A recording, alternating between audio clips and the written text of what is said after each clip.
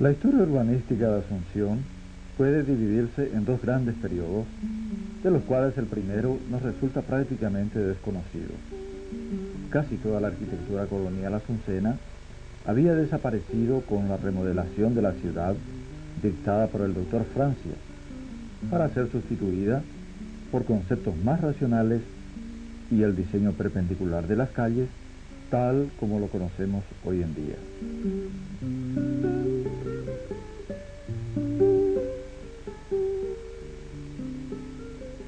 Fue entonces, recién bajo el gobierno de don Carlos Antonio López, que se inició una evolución de la arquitectura urbana en la capital, y al no poseer antecedentes locales, se tuvo que llamar a arquitectos extranjeros, sobre todo europeos, para que diseñasen los principales edificios públicos y privados de la pujante ciudad.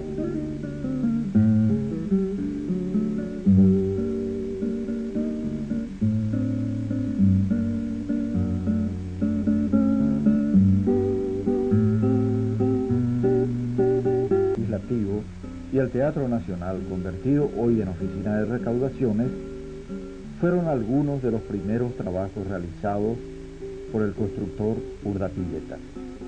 Los arquitectos Ravizza y Alonso Taylor, en cambio, tuvieron a su cargo el diseño y la construcción de dos de los más bellos monumentos arquitectónicos asuncenos.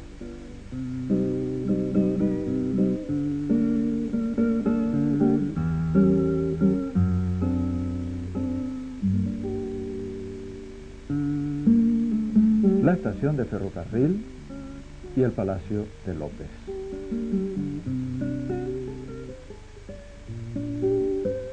Ese palacete se empieza a construir, se construye sobre una propiedad que había heredado Francisco Solano López de su padrino bautismo, Lázaro de Rojas y Aranda. Es una propiedad suya, o sea, no se construyó sobre terreno estatal, se construyó sobre terreno privado, era su vivienda privada.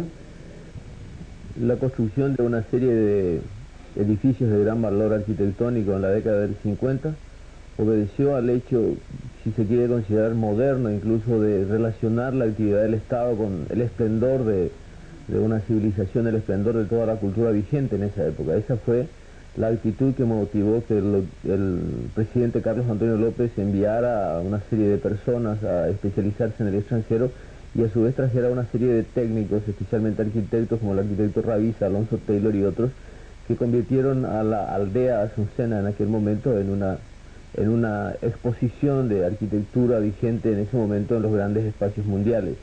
Así fue que nació en determinados momentos de la década del 50, hubo una serie de ejemplos como el palacio que hoy se considera de gobierno, que en aquel momento fue construido realmente para una residencia particular, la del hijo del presidente, el después mariscal Francisco Solano López.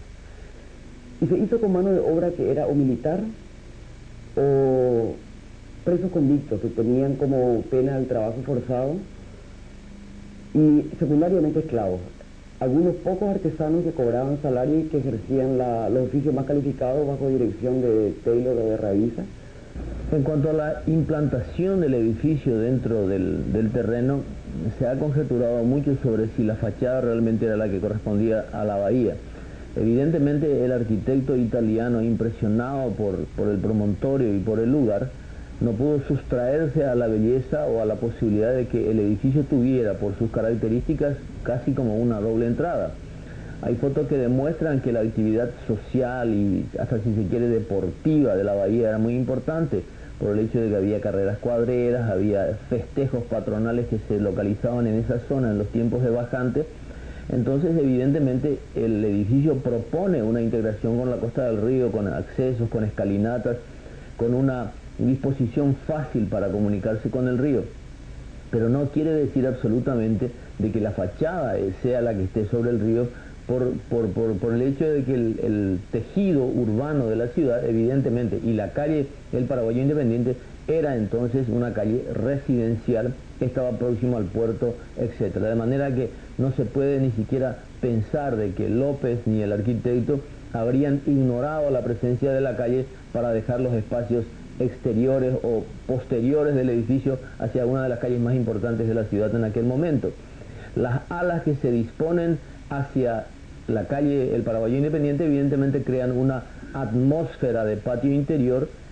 También se sabía que el Palacio de Gobierno tenía grandes murallas y verjas, pero todas las digamos, instalaciones oficiales y el mismo dispositivo de los camineros hacia el interior, hay fotos aéreas que demuestran un jardín versallesco y una circulación elíptica pasando por el palier de acceso al edificio, demuestran que evidentemente la disposición para el acceso, para la comunicación oficial del edificio estaba sobre la calle del Paraguayo Independiente.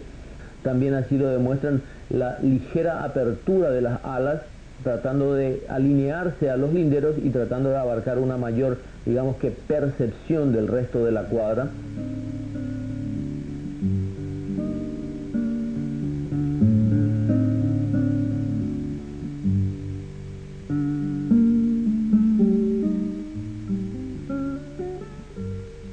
Los aires europeizantes impuestos en el Paraguay en esos años no tienen mejor expresión precisamente que el Palacio de López. Tomando como fuentes diversos otros palacios europeos de la época neoclásica, como Versalles en Francia y Schönbrunn en Austria, Alonso Taylor pudo sintetizar en un espacio más bien reducido toda la magnificencia y el sentido de la soberbia de una época. Pese a los problemas causados por la guerra, para 1867 el palacio ya estaba prácticamente terminado. Solo faltaban algunos detalles, pero descollaban sus características de estilo neoclásico renacentista con adornos grecorromanos. La composición paladiana del interior, con sus logias hacia el río y hacia el acceso principal, más la enhiesta torre mirador, marcan la presencia del academicismo italiano que sorpresivamente adquiere ribetes franceses en la decoración interior. El arquitecto Taylor empleó en la obra piedras extraídas de las canteras del estado existentes en Emboscada y Altos, madera de los bosques y obrajes de Yaguarón, Ñembucú e Huecuí y ladrillos proveídos por las solerías de Tacumbú. El arquitecto Alejandro Davicha fue el principal asistente de Taylor y el ingeniero Owen Moynihan se encargó de las estatuas esculpidas en piedras rojas y blancas traídas de las canteras de Emboscada y Altos.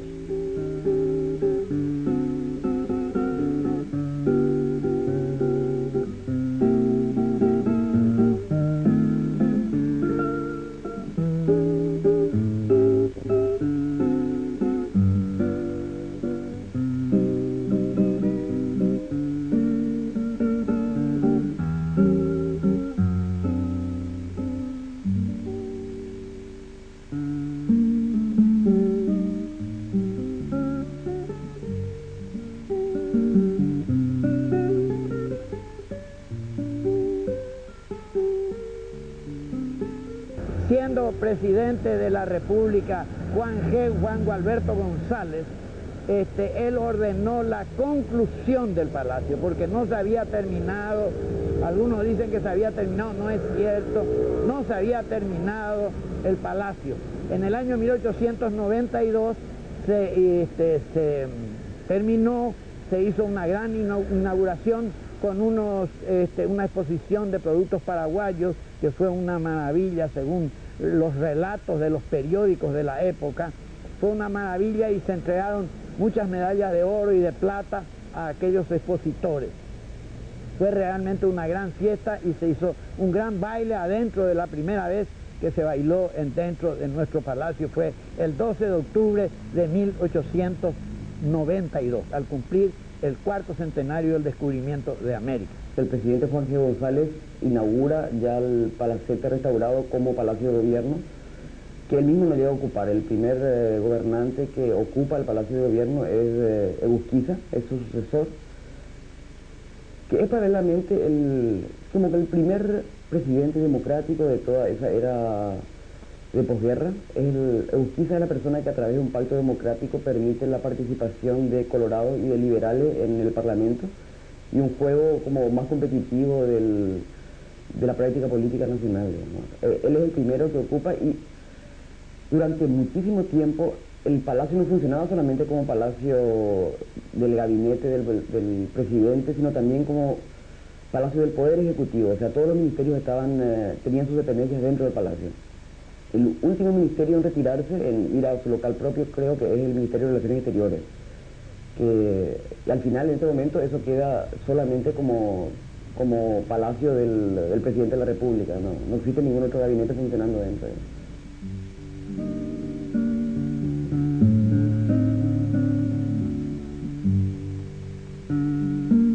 Los planos para el Palacio del General, como se lo conocía entonces, fueron trazados por el ingeniero húngaro Francisco Wisner, también contratado por el gobierno.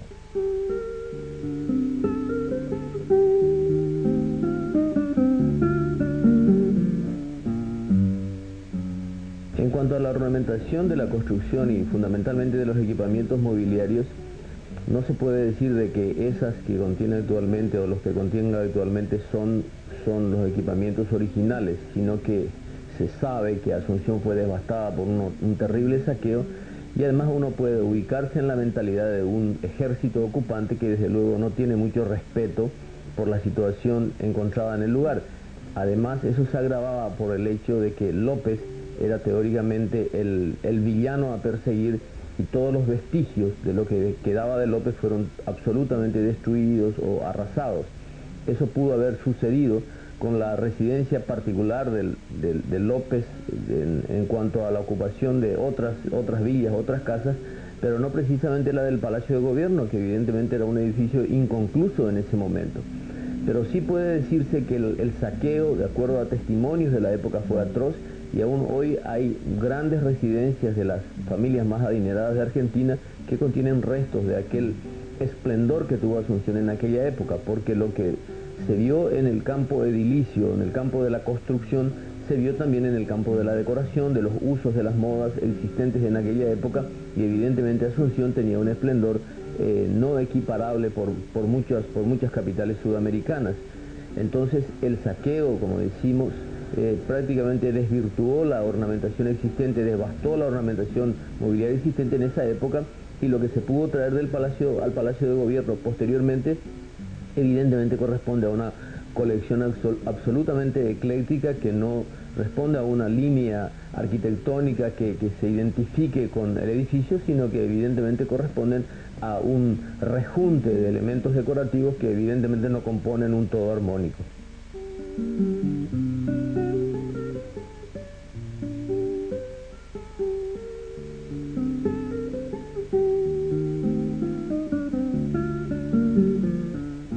A pesar de todo lo que se ha construido en el Paraguay desde entonces, y sobre todo en los últimos 100 años, se puede decir, no sin razón, que difícilmente haya otro edificio que iguale en magnificencia interior al Palacio de Gobierno.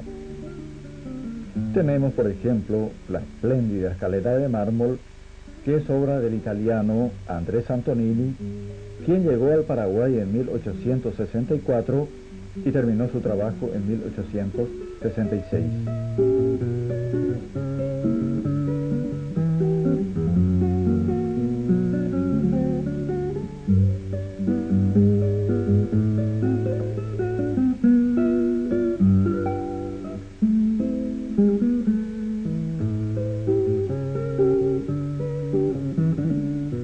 Las pinturas que ornamentan los cielos rasos, en cambio, fueron obra del francés Julio Mornet, quien contó con la colaboración de un paraguayo que estudió en París, cuyo nombre era Aurelio García.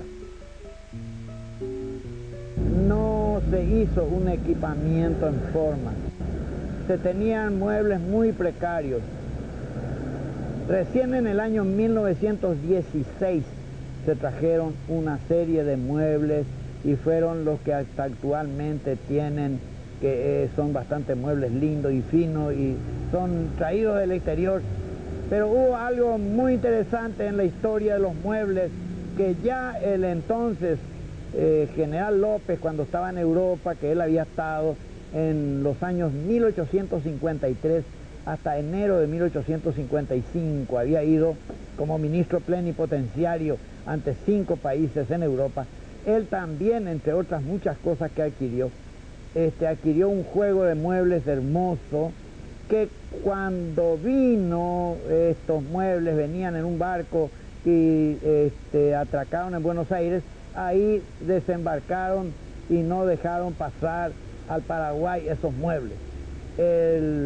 Eso fue llevado a La Rioja, y siendo gobernador de La Rioja, el presidente de la República Argentina actual, Menem, entonces él trajo y obsequió, devolvió, digamos, al Paraguay, y hoy se encuentran en el Instituto de Historia y Museo Militar y pueden visitarse y ver, porque son realmente muebles que vale la pena para un palacio de gobierno, que eso debería estar acá en el palacio en realidad. El palacio en varias etapas se fue restaurando, se fue alajando mejor, se trajeron hermosas arañas, se trajeron lindos muebles y también una serie de estatuas que realmente son para un palacio de gobierno. Nuestro palacio realmente es presentable ante cualquier persona porque tiene un atractivo muy particular y tiene realmente lo que un palacio de gobierno debe de tener, llamar la atención, piezas de valor. Y también vimos que últimamente han comprado una galería de los próceres de nuestra independencia en cobre, que son muy valiosos, de modo que poco a poco fue alajándose mejor, y hoy tenemos realmente un palacio que puede presentarse a cualquier extranjero o a cualquier persona que venga a nuestra patria. Se busca el mantenimiento de un edificio, de un lugar, de un promontorio, de un paraje histórico con todos los elementos que lo circundan.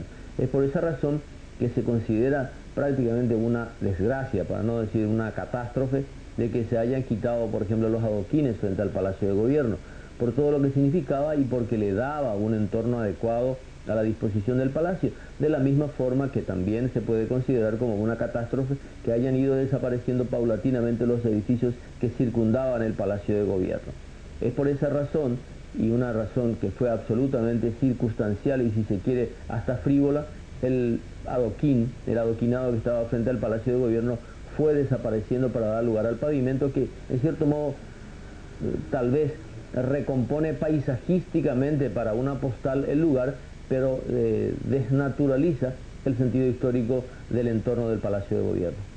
Tenemos un edificio sobre el que todavía hasta ahora se sigue discutiendo cuál es la real orientación, si la fachada real está sobre la calle del Paraguayo Independiente o sobre la Bahía de Asunción.